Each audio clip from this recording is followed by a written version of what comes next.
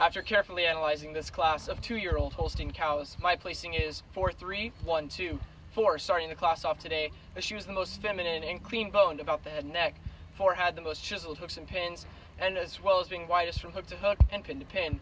4 carried her udder highest above the hocks and tracked straightest when viewed from behind about the ring. However, I do admit that 3 had a wider rear udder attachment. My middle placing today is 3/1. 3, as well as having a wide rear udder attachment, had a higher rear udder attachment.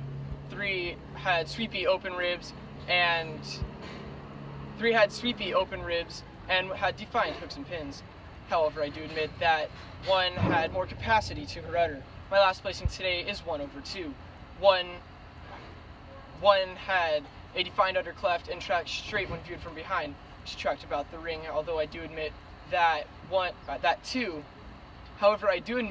2 had a straighter top line. 2 falls to the bottom of the class today, as she was the smallest individual. 2 had carried her udder closest to the hocks, as well as having the longest vulva to udder attachment, and for these reasons I placed this class of 2-year-old Holstein cows 4-3-1-2.